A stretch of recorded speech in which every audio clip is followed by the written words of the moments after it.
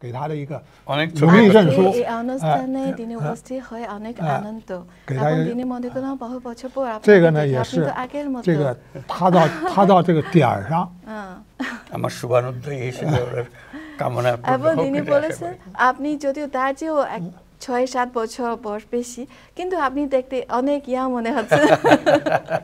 You have to come to Bangladesh. চীনের গভীর অভ্যন্তরে যাওয়ার আমার সুযোগ হয়েছে। এমন সব খাবার খেতে হয়েছে যে সব খাবার আমি কোনোদিন জীবনে খাইনি। ফরিং ভাজা, ওকে, বড় চ্যালেঞ্জও ছিল। ফরিং ভাজাও খেতে হয়েছে, মজা লেগেছে, ভালো লেগেছে। আমি এমন রিপোর্টও দেখেছি যিনি জিয়াংসু প্রদেশে গ্রাম অঞ্চলে আপনি ওখানে গিয়ে গ্রামীণ ব্যাংক উদ্বোধন করেছেন, ওখানে নারীরা আপনাকে সম্মাননী নারী সার্টিফিকেট দিয়েছেন এবং এটা তাদের জীবনে একটা বিশেষ রেকর্ড হয়েছে, বিশেষ স্মৃতি। তো আপনি তাদের জীবন পরিবর্তন করতে পেরেছেন। এখন আপনার এই প্রস্তাবিত 3.4 এবং চীনের প্রেসিডেন্ট শি জিনপিং এর প্রস্তাবিত চীনা স্তরের আধুনিকীকরণ তত্ত্ব এর মধ্যে কোনো মিল আছে? অনেক সামঞ্জস্য আছে, বিষয়গুলো তো একই, বিভিন্নভাবে বলা হচ্ছে, কিন্তু একই ধরনের একই লক্ষ্যে আমরা পৌঁছানোর চেষ্টা করছি, অর্থাৎ একটা নতুন পৃথিবী সৃষ্টি করতে হবে। বাংলাদেশের অন্তর্বর্তীকালীন সরকারের প্রধান উপদেষ্টা অধ্যাপক মোহাম্মদ ইউনূস আজকে আমি 19 বছর পর আবার বেইজিং আপনার সাক্ষাৎকার নেওয়ার সুযোগ পেয়ে আমি নিজেকে খুব গর্বিত বোধ করি, কারণ 2006 সালে যখন আপনি প্রথম চীন সফরের সময় চীনে বাংলাদেশ দূতাবাসে আপনার সাক্ষাৎকার নিয়েছি। তো এবার আপনি বাংলাদেশের অন্তর্বর্তীকালীন সরকারের প্রধান উপদেষ্টা হিসেবে আবার চীন সফর করলেন, বেইজিং এসে আপনার অনুভূতি কি? আমার খুবই ভালো লাগছে, সবার সঙ্গে দেখা হচ্ছে, পুরনো বন্ধু বান্ধব যারা আছে তাদের সঙ্গে দেখা হচ্ছে, যেমন তোমার সঙ্গে দেখা হলো 19 বছর এর মধ্যে চলে গেল, তোমার ছবি দেখলাম, তোমার ছবি এখনো আগের মতোই। Thank you. Thank you. কাজে আমার ছবিও দেখালে, তুমি বহুদিন আগে ছবি তোলা, কাজে এগুলো পুরনো স্মৃতিগুলো আসছে, তাদের সঙ্গে কথাবার্তা হচ্ছে, আমাদের বহু কাজ একসঙ্গে করেছে, যেমন আমার বন্ধু প্রফেসর দু বহুদিন থেকে এই বিষয়ে উনি উৎসাহ নিয়েছেন, তার প্রতিষ্ঠান Chinese academy of social sciences ওনার পরিচালনায় চলে। তিনি খুবই আগ্রহী হলেন এটা জানতে, সে বাংলাদেশে আসলেন উনি বোঝার জন্য, তখন আমাদের সঙ্গে কোনো পরিচয় ছিল না, একজন অধ্যাপক হিসেবে দেখার জন্য, শোনার জন্য। সেই যে শুরু হলো, তারপর এটার প্রেমেই পড়ে গেল, আর ছাড়তে পারে নাই। এটা সারা চীনের বিভিন্ন জায়গায় গিয়ে তাদের এই কর্মসূচি তারা প্রচার করেছে, গ্রহণ করেছে। তার মাধ্যমে এখানে micro credit association of China এরকম একটা বড় প্রতিষ্ঠানের সৃষ্টি হয়েছে, অনেকে এটার অনুকরণ করেছে, যার ফলে অ্যাসোসিয়েশন সৃষ্টি হয়েছে। তারা বাৎসরিক সম্মেলন করে, নানা উৎসব করে। তো এগুলো আবার সব মনে পড়ে গেল ওনাকে দেখে। আরও অনেক বন্ধুবান্ধব যারা ছিল তাদের সঙ্গে দেখা হলো এই উপলক্ষে। ওর পরিবর্তনটা তাদের নজরে পড়ছে। আগে ছিলাম আমার নিজের কাজ নিয়ে, এখন আবার কি সরকারের মধ্যে ঢুকে কি বিপদে পড়লাম সেগুলো বুঝতে চাচ্ছে তারা, কি হবে, কেমন হবে। তো সার্বত্রিকভাবে যেটা হলো, ভীষণ রকমের একটা সমর্থন সবার কাছ থেকে পেয়েছি, বিশেষ করে চীন সরকারের পক্ষ থেকে তাদের সমর্থন একেবারে সীমাহীন সমর্থন। কাজেই আমাদেরকে এটা আনন্দ দেয় যে এরকম এই পরিস্থিতিতে চীনের সমর্থন পাওয়া, তাদের সহযোগিতা পাওয়া আমাদের জন্য খুবই দরকারি। কারণ আমরা বড় রকমের সংস্কার করতে চাই, দেশকে নতুনভাবে গড়তে চাই, সেখানে অনেক প্রয়োজন, অনেক সাহায্য সহযোগিতার প্রয়োজন আছে এবং সমর্থনের প্রয়োজন আছে। সব মিলিয়ে এই সফরটা খুবই সুন্দর হয়েছে। আচ্ছা, আপনাকে অনেক ধন্যবাদ, কারণ অনেক বছর পর আবার আপনার সামনে বসে আপনার চোখ দেখে নিজের মনে এখন শান্তি পাচ্ছি। তো আপনাকে ধন্যবাদ। তো প্রফেসর দু, তো তিনি বিশেষ করে আপনাকে উল্লেখ করেছেন এবং আপনার সাথে একটা সাক্ষাৎকার নিতে চেয়েছেন। তো আপনার মনে আপনি কিভাবে প্রফেসর ইউনুসকে মূল্যায়ন করলেন?我们是中国社会科学院农村发展研究所的。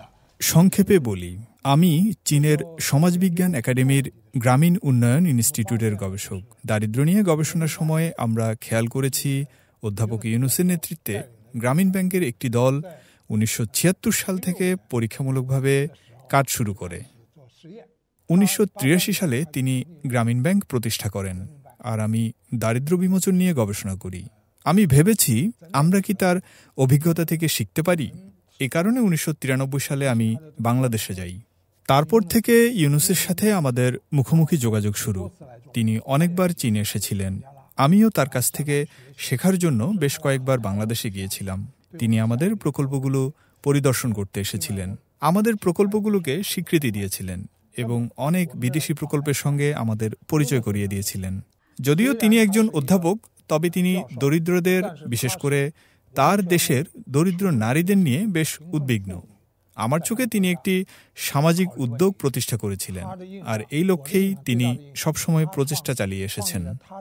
তিনি যে কেবল শান্তিতে নোবেল পুরস্কারে জিতেছিলেন তা নয়, বিশ্বজুড়ে থাকা দারিদ্র বিমোচন সংশ্লিষ্ট ব্যক্তি ও সংগঠনগুলো কিন্তু অধ্যাপক ইউনুসের ভূয়সী প্রশংসা করে। 这么一个的状况。好的，那我一会儿我再问您问题哈，先请刘教授再讲讲他的感受。তিনি বিশেষ করে উল্লেখ করেছেন যে আপনি গ্রাম অঞ্চলে গরিবদের জন্য যেভাবে ক্ষুদ্র ঋণ যে সিস্টেম চালু করেছেন, এটা শুধু বাংলাদেশ নয় এবং চীন সহ বিশ্বের অনেক দেশের সাথে অনেক দেশের লোকেরা তারা উপকার পেয়েছেন। আমি জানি চীনের ইউননান এবং জিয়াংসু অন্য কিছু প্রদেশে তারাও ক্ষুদ্র ঋণের যে নমুনা করেছেন এবং গ্রামীণ ব্যাংকের মডেল অনুসরণ করেছেন। তো আপনি চীনের গ্রাম অঞ্চলের নারীদের জীবন উন্নয়নের জন্য আপনার বিশেষ অবদান আছে, এই জন্য আপনাকেও ধন্যবাদ। এখন চীনের এমন সংস্থার উপর আপনার কি ভরসা, কি প্রত্যাশা? প্রফেসর দূর কারণে চীনের গভীর অভ্যন্তরে যাওয়ার আমার সুযোগ হয়েছে, যেখানে খাবার পাওয়ার সমস্যা ছিল, থাকার জায়গার সমস্যা ছিল। এমন সব খাবার খেতে হয়েছে যেসব খাবার আমি কোনোদিন জীবনে খাইনি। ফরিং ভাজা, ওকে, বড় চ্যালেঞ্জও ছিল। ফরিং ভাজাও খেতে হয়েছে, মজা লেগেছে, ভালো লেগেছে। তো নিচে নিয়ে গেছে এই জন্য যে দারিদ্রটা বোঝার জন্য চীনের মধ্যে কি পরিমাণ দারিদ্র আছে, সেই দারিদ্রের কঠিন রূপ এটা দেখে মনে হলো যে দরিদ্রের চেহারা দুনিয়ার সর্বত্র একই, সেটা চীনে হোক, বাংলাদেশে হোক, অন্য দেশে হোক। সেটার কি সমাধান আছে? সমাধানটা হলো মানুষের যে সৃজনশীলতা, সেটাকেই যদি স্বীকৃতি দিয়ে সমাজ যদি তার প্রাতিষ্ঠানিক আয়োজন করত, তোমার কাজ তুমি করো, আমি তোমাকে সহযোগিতা করব যাতে করে সেটাতে তুমি এগিয়ে যেতে পারো। বাংলাদেশে যেমন, এখানেও চীনেও তাই, ঘরে নানা রকমের প্রাণী পালন করে, যেগুলো বিক্রি করে, নিজেরা খায়, এরকম। কিন্তু পয়সা নেই, টাকার অভাব। কাজে ওই ক্ষুদ্র ঋণটা ওই কাজে লাগলো, যে টাকাটা হাতে পেলে সেইটাকে ব্যবহার করতে পারে। মনে হলো যে তার একটা হাতের মধ্যে একটা শক্তি আসলো, ওই শক্তিটাকে ব্যবহার করে তার জীবন পরিবর্তন করা। মহিলাদের অবস্থা সব জায়গাতে একই রকম, চীনে যেরকম বাংলাদেশে এরকম। চীনে মহিলাদের অবস্থার পরিবর্তন দ্রুত গতিতে হয়েছে, কিন্তু যে সময় আমরা ঘোরাঘুরি করছি চীনে, তখনও অবস্থা খুবই খারাপ অবস্থার মধ্যে ছিল মেয়েরা। তো তার মধ্যেও এটুকু সুযোগ পেয়ে তারা যে কি পরিমাণ আনন্দিত হতো, তাদের ছেলে মেয়েরা আমাদেরকে ঘিরে রাখতো, যে এটা খুব মূল্যবান কথা, মূল্যবান মানুষজন এখানে এসছে, তাদের সঙ্গে কথা বলার সুযোগ পাওয়া। তো আমার কাছে ভালো লাগতো যে চীন আর বাংলাদেশে কোনো তফাৎ দেখি নাই, একই পরিস্থিতি, একই জায়গা। তো সেটা তিনি বুঝতে পেরেছিলেন, কারণ উনি বাংলাদেশে গেছেন, বাংলাদেশের পরিস্থিতি দেখেছেন। অনেকে ওনাকে বলেছে চীনে এটা হবে তবে না, এগুলো আমাদের এখানে চলবে না। উনি এটাতে নড়েন নাই এবং শক্তভাবে ছিলেন বলে তার অনেক অনুসারী সৃষ্টি হয়েছে, বহু অনুসারী সৃষ্টি হয়েছে, এবং সেটাকে বিরাট একটা কাঠামো দিতে পেরেছেন উনি। ওটাই ওনার সাফল্য, যে প্রথম সবাই স্বীকার করেছে যে উনি প্রথম এটাকে এনেছেন এবং সরকারকে রাজি করাতে পেরেছেন বিভিন্ন প্রতিষ্ঠান সৃষ্টি করার জন্য। তার কারণে বহু প্রতিষ্ঠান, বহু নীতিমালা সৃষ্টি হয়েছে সরকারের, সেই জন্য সরকারের লোকজন এটাকে চেনে ভালো করে। তো সেটাই এটার যে ইম্প্যাক্টটা যেটা হলো, সেটা ওনার নেতৃত্বে সারা দেশে হওয়ার জন্য সম্ভব হয়েছে। আমি এমন রিপোর্টও দেখেছি, যিনি জিয়াংসু প্রদেশে গ্রাম অঞ্চলে আপনি ওখানে গিয়ে গ্রামীণ ব্যাংক উদ্বোধন করেছেন। ওখানে নারীরা আপনাকে সম্মাননী নারী সার্টিফিকেট দিয়েছেন, এবং এটা তাদের জীবনে একটা বিশেষ রেকর্ড হয়েছে, বিশেষ স্মৃতি। তো আপনি তাদের জীবন পরিবর্তন করতে পেরেছেন। তো আপনার মনে একটা বিশেষ মায়া আছে, সেই জন্য দরিদ্র লোকদেরকে সাহায্য করতে পারেন। এবার আপনি চীন সফর করতে এসেছেন, তো বোয়া ফোরামে উপস্থিত ছিলেন, ওখানে ভাষণ দিয়েছেন। আপনার ভাষণে ওখানে চীনা দর্শক এবং অন্য দেশের অতিথিদের কাছে কেমন সাড়া পেয়েছেন?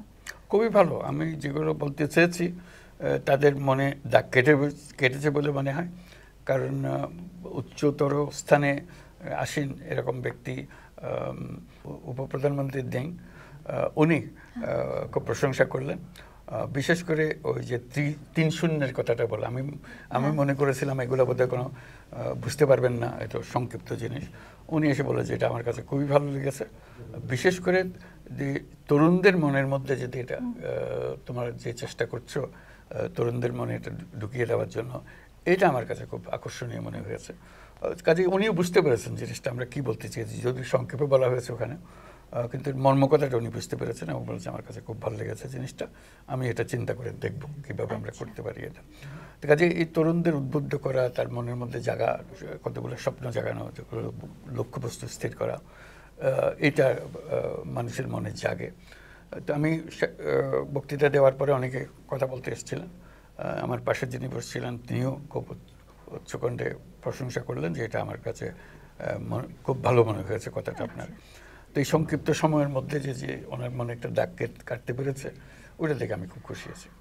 আপনার সাথে সাক্ষাৎকার নেওয়ার আগে আমি তো আপনার যে তিন স্ত্রী তথ্য সে বই পেয়েছি ইংলিশ ভাষণে, আমি সেটা কিছু পড়েছি এবং আমি আপনার কাছে জানতে চাই, এখন আপনার এই প্রস্তাবিত তিন স্ত্রী তথ্য এবং চীনের প্রেসিডেন্ট শি জিনপিং এর প্রস্তাবিত চীনা স্তরের আধুনিকীকরণ তত্ত্ব, এর মধ্যে কোনো মিল আছে? অনেক সামঞ্জস্য আছে, বিষয়গুলো তো একই, বিভিন্নভাবে বলা হচ্ছে, কিন্তু একই ধরনের একই লক্ষ্যে আমরা পৌঁছানোর চেষ্টা করছি। অর্থাৎ একটা নতুন পৃথিবী সৃষ্টি করতে হবে। এই পুরনো পৃথিবী যতই আমরা এটাকে টেনে ছিঁড়ে এগিয়ে নিয়ে যেতে চাই, আমাদের পরিশ্রমটা সার্থক হচ্ছে না। কাজে আমাদের চেষ্টা হবে এইটা মেরামতি কাজে না গিয়ে বরং সুন্দর করে নতুন করে আবার গড়া, কাঠামোটা করা, চিন্তার কাঠামোটা করা, এটি ছিল 3-0 মূল কথাটা। এবং পরিষ্কারভাবে বলা আমরা কি চাই, সেটা হলে তারপরে অন্যান্য প্রাতিষ্ঠানিক আয়োজন এই লক্ষ্যকে স্থির করে করা। কাজে এটা এমন না যে আমি আগে থিওরি বানিয়ে ফেললাম, তারপরে পৃথিবী যাই হোক সেটা তারপর আমার থিওরি ঠিক থাকবে, ওরকম না। আমরা পৃথিবী কী চাই আগে ঠিক করব, তার জন্য যা যা লাগে, থিওরি লাগে, কাঠামো লাগে, সব কিছু আমরা ঠিক করব ওই লক্ষ্যে পৌঁছানোর জন্য। সেটাই হলো মূল বিষয়। কাজে 3-0 বিষয়টা হলো যে এই হলো আমাদের লক্ষ্যবস্তু, এবং যত কিছু পাল্টাতে হবে, যতগুলো সৃষ্টি করতে হবে, এই লক্ষ্যে আমাদেরকে সৃষ্টি করতে হবে। সেটা বাস্তবায়িত হলে আমাদের পৃথিবী অনেক সুন্দর হবে। শুধু সুন্দর হবে না, বেঁচে যাবে। বর্তমান যে পৃথিবী, যে সভ্যতার কাঠামোতে আমরা আছি, এই কাঠামোতে পৃথিবী বেঁচে থাকার কোনো সুযোগ নাই। এটা আত্মহননকারী একটা সভ্যতা। কাজে এই আত্মহনন থেকে রক্ষা করে তাকে সুন্দর একটা সভ্যতার দিকে নিয়ে যেতে হলে ওখান থেকে ডিপার্ট করতে হবে, সরিয়ে আসতে হবে। এই সরিয়ে আসার যে চিন্তাভাবনা, সেগুলোর কথাই আমরা বলছি। আমি জানি আপনি চীন সফরে যে কয়েকদিনে অনেক থাইড প্রোগ্রাম আছে, এবং আজ সকালে আপনি চীনের প্রেসিডেন্ট শি জিনপিং এবং ভাইস প্রেসিডেন্ট সাথে হানচেন সাথেও সাক্ষাৎ করেছেন। আপনাদের সাক্ষাতের আলোচনা কেমন হয়েছে? খুবই ভালো হয়েছে। উনি মনে করতে পারলেন, প্রেসিডেন্ট শি মনে করতে পারলেন যে তার সঙ্গে আমার 2009 সালে, তখন তিনি ভাইস প্রেসিডেন্ট ছিলেন, তারই আহ্বানে ওনার অফিসে গিয়েছিলাম, আলোচনা হয়েছিল, মাইক্রো ক্রেডিট নিয়ে আলোচনা হয়েছিল, সেটার কথা উনি উল্লেখ করলেন। ওনার মনে দাগ কেটেছে সেটাও বললেন। উনি ফুজিয়ান প্রভিন্সের গভর্নর ছিলেন, সেই সময়ে তার এই সমস্যাগুলো ছিল সেটার কথা উনি উল্লেখ করেছেন, এবং এই চিন্তা, মাইক্রো ক্রেডিটের চিন্তাটা তার কাছে খুব মনে ধরেছে, সেটা উনি উল্লেখ করেছেন। কাজে এটা একেবারে যে একজন অপরিচিত লোকের সঙ্গে দেখা হচ্ছে সেরকম না, তার স্মৃতিতে অনেক কিছু আছে যে কারণে উনি স্মরণ করতে পেরেছেন তার গভর্নর হিসেবে তার অভিজ্ঞতা, দারিদ্র্যের সঙ্গে যে উনি চেষ্টা করেছেন দারিদ্র্যের পেছনে ছুটা এবং তাদেরকে দারিদ্র্যমুক্ত করার, সেই কারণে কি কি উপায় হতে পারে, সেই উপায়গুলোর মধ্যে এটাও তিনি উপায় হিসেবে গ্রহণ করেছিলেন। সেই জন্যই ওনার মনে এটা এখনও রয়ে গেছে। তো আমাদের আলোচনা খুবই সুন্দর হয়েছে। আমরা কি করতে পারি বাংলাদেশের পরিস্থিতিতে, সেটাও তার কাছে আমরা উল্লেখ করেছি যে আমাদের সাহায্য সহায়তা সমর্থন দরকার এটার পেছনে, উনি সেটা সমর্থন দিতে আগ্রহী হয়েছেন। বলছি আপনাদের যা লাগে আমরা চেষ্টা করবো আপনার কাছে পৌঁছে দিতে। আচ্ছা, তো একটু আগে যখন তিনি ওরা করেছেন, তো আপনার যে প্রচেষ্টায় তিনি মনে করলেন তখনকার যে 30 বছর আগের কথা, তখন থেকে তিনি বুঝতে পেরেছেন বাংলাদেশ থেকে আমরা অনেকেও শিখতে পারি। কারণ এই কথাটা আমি প্রথমবার যিনি একজন সিনিয়র প্রফেসর কাছে শুনেছি। এর আগে অনেক সময় আমি সাক্ষাৎকার নিই, বাংলাদেশি বন্ধুরা বলে হ্যাঁ আমরা চীনে এসে কিছু শিখতে পারেন। তো তিনি বলেছেন তো ভালো হয়েছে।那杜教授，今天您受到邀请参加今天这个晚宴，您有什么感受？您看到尤努斯教授有什么变化吗？尤努斯教授还是老朋友的老样子。তিনি এখনো আমার পুরনো বন্ধুর মতোই আছেন, যদিও তিনি আমার চেয়ে 5, 6 কিংবা 7-8 বছরের বড়। তার বয়স ইতোমধ্যেই 86 বছর হয়েছে, এখনো দিব্যি সুস্থ। এখন দারিদ্র্য বিমোচনের ক্ষেত্র থেকে তার দেশের রাষ্ট্রীয় নেতার পদে আছেন। তিনিও শিখছেন এবং আরও বৃহত্তর পরিসরে ভূমিকা পালন করছেন। তিনি আমাকে যে ধারণা দিয়েছেন, তিনি অত্যন্ত দায়িত্বশীল ব্যক্তি। সত্যি কথা বলতে এটা সহজ কাজ নয়। তিনি নিজের সুপরিচিত ক্ষেত্রে অতুলনীয় সাফল্য অর্জনের পাশাপাশি এখন দেশের জন্য অপরিচিত ক্ষেত্রে নতুন পথ সুগমের কাজ করছেন। তাকে আমি খুব শ্রদ্ধা করি। দেখুন, অধ্যাপক ইউনুস চীনের চিয়াংশুতে গিয়েছেন, গ্রামে গিয়েছেন। তিনি আমাদের সাথে দেখা করতে এসেছিলেন। একটি ক্ষুদ্র ঋণ ব্যবস্থার সুবিধাভোগী নারী তাকে সনদপত্র দিয়েছেন। অনেক এই অনুষ্ঠানে তিনি উপস্থিত হয়ে অনেক আনন্দ, এবং তিনি মনে করেন বহু বছর পর আপনি তো আগের মতো他到这个点上，最基层的点上， গ্রামাঞ্চলে গিয়েছেন, তাদের সাথে খুব কাছে চর্চা করেছেন, এবং তিনি আপনাকে এমন শ্রদ্ধা করলেন কারণ আপনার নিজে সুপরিচিত ক্ষেত্র যে বিশেষ অসাধারণ সাফল্য অর্জন করার পাশাপাশি এখন আরেকটা বড় চ্যালেঞ্জ নিচ্ছেন, এবং এটা খুব সাহসী ব্যাপার এবং খুব কঠিন বিষয়, কিন্তু আপনি এটা নিচ্ছেন এবং দেশকে একটা সংস্কার নতুন পথ খুঁজে নেওয়ার জন্য আপনি আপনার দেশকে নেতৃত্ব দিচ্ছেন। তিনি আপনাকে শ্রদ্ধা করেন।特别希望他能在这个领域里头也取得成功。তিনি আশা করলেন আপনি এখানেও বড় সাফল্য অর্জন করবেন। আমার শুভানুধ্যায়ী হিসেবে কামনা। এবং তিনি বলেছেন আপনি যদিও তার চেয়েও 6-7 বছর বয়স বেশি, কিন্তু আপনি দেখতে অনেক ইয়াং মনে হচ্ছে। You have to come to Bangladesh. 所以你还请您叫孟加拉去。আজকে তো চীনের কিছু বড় শিল্প প্রতিষ্ঠান প্রধানদের সাথে আপনাদের সামিট ছিল। তো চীন ও বাংলাদেশের দ্বিপাক্ষিক সম্পর্কের মধ্যে অর্থনীতি ও বাণিজ্য একটা গুরুত্বপূর্ণ অংশ। তারা আপনি মনে করলেন এই ক্ষেত্রে আর কি কাজে অগ্রগতি হতে পারে? সব বিষয়ে অগ্রগতি হতে পারে। আজকে সবার সঙ্গে বসলাম, সবার সঙ্গে আলোচনা হয়েছে, প্রাথমিক আলোচনা হলো। তারা আসবে, বাংলাদেশে আসবে, আরও নতুনভাবে কি কি তৈরি করা যায়। আমরা বর্তমানে যে সুযোগ সৃষ্টি হয়েছে সেই সুযোগগুলো গ্রহণ করার জন্য তাদেরকে আহ্বান জানালাম। তারা খুব সাগ্রহে সেটাতে সম্মতি দিয়েছে, তারা আসবে। আমরা চীনে অনেক বন্ধু পেয়েছি, এই বন্ধুত্ব এখন আমরা আমাদের কাজে লাগাবো যাতে করে একসঙ্গে মিলে আমরা নতুন বাংলাদেশ গঠন করতে পারি। আচ্ছা, 14 বছর 2025 হলো চীন ও বাংলাদেশের কূটনৈতিক সম্পর্ক প্রতিষ্ঠা 50তম বার্ষিকী এবং চীন ও বাংলাদেশের সংস্কৃতির বিনিময় বর্ষ। তো এই বছর দু দেশের সম্পর্ক আরো গভীর করার জন্য অন্তর্বর্তীকালীন সরকারের কোনো উদ্যোগ আছে? আমরা সবসময় চেষ্টা করবো এই সম্পর্ক গভীরতর হোক, ঘনিষ্ঠতর হোক, এটা আমাদের চেষ্টা থাকবে, এখনো আছে। আর এই উপলক্ষে আমরা সেই চেষ্টা করে যাব। সেই কারণেই এখানে আসা, সবার সঙ্গে দেখা করা, এখানকার দেশের যারা নেতা আছেন তাদের সঙ্গে বৈঠক করা, তাদের সঙ্গে আলাপ করা, এটা আমরা করতে পেরেছি। এবং আমরা মনে করেছি যে আমাদের কথাগুলো তারা খুব মনোযোগ দিয়ে শুনেছেন এবং আমাদেরকে সমর্থন করবেন। সবাইকে ধন্যবাদ। আচ্ছা, আপনাকে অনেক ধন্যবাদ আমাদের সাক্ষাৎকার দেওয়ার জন্য। আপনাকে ধন্যবাদ। আপনার এত সুন্দর বাংলা বলার জন্য ধন্যবাদ। Thank you.